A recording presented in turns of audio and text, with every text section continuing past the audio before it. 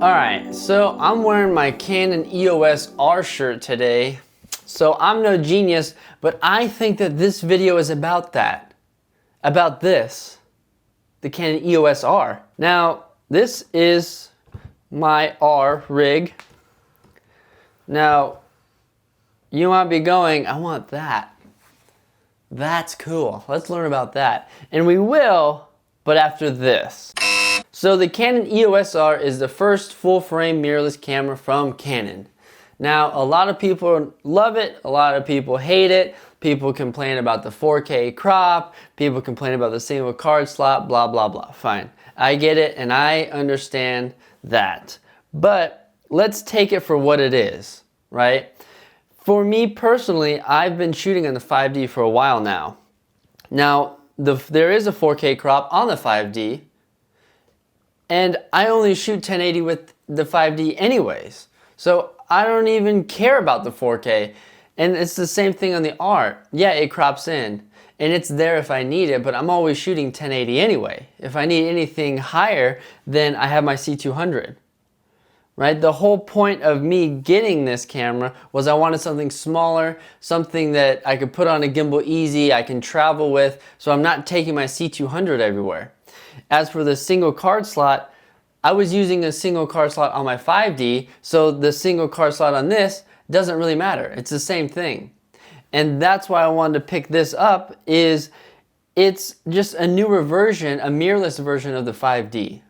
So everything is the same, but now spec-wise, it's a little bit better, and it's a mirrorless, right? Now I have that electronic viewfinder.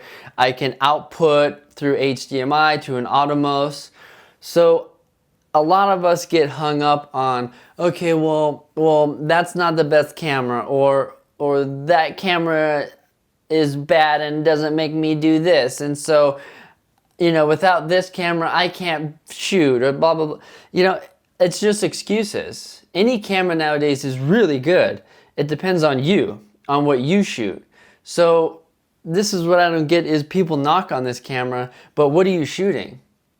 Right? There's a reason why they make a C200 cinema camera versus something like this.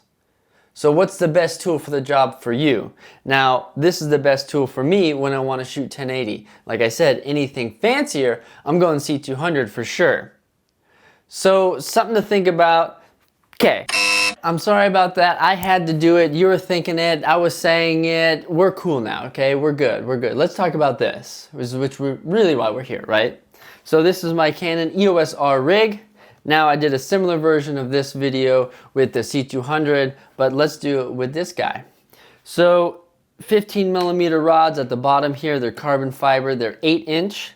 Then I have a 15mm rod base plate with a quick release on there.